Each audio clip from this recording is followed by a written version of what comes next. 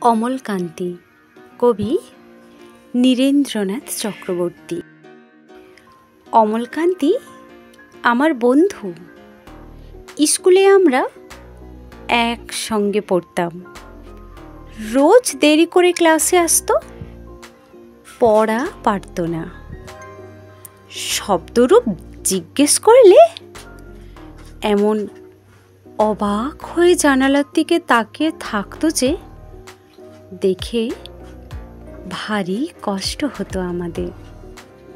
আমরা কেউ মাস্টার হতে চেয়েছিলাম, কেউ ডাক্তার, কেউ উকিল। অমলকান্তি সেসব কিছু হতে চায়নি। সে রৌদ্রুর হতে চেয়েছিল।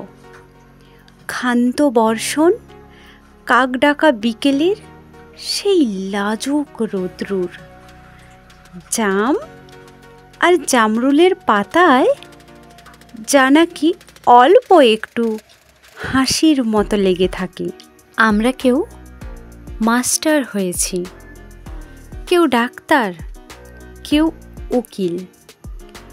অমলকান্তি রৌদ্রুর হতে পারেনি।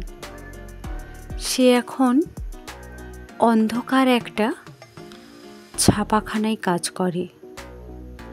মাঝে মাঝে আমার সঙ্গে দেখা করতে আসে, চা খায়, এটা ওটা গল্প করে, তারপর বলে উঠি তাহলে। আমি ওকে দরজা পর্যন্ত এগিয়ে দিয়ে আসি। আমাদের মধ্যে যে এখন মাস্টারি করে, অনায়াসে সে ডাক্তার হতে পারত। যে ডাক্তার হতে চেয়েছিল, উকিল হলে তার এমন কিছু ক্ষতি হতো না।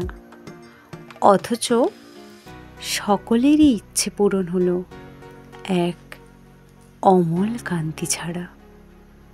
অমলকান্তি রৌদ্রুর হতে পারেনি। সেই অমলকান্তি রৌদ্রুরের কথা ভাবতে ভাবতে ভাবতে ভাবতে যে একদিন রৌদ্রুর হয়ে যেতে চেয়েছিল।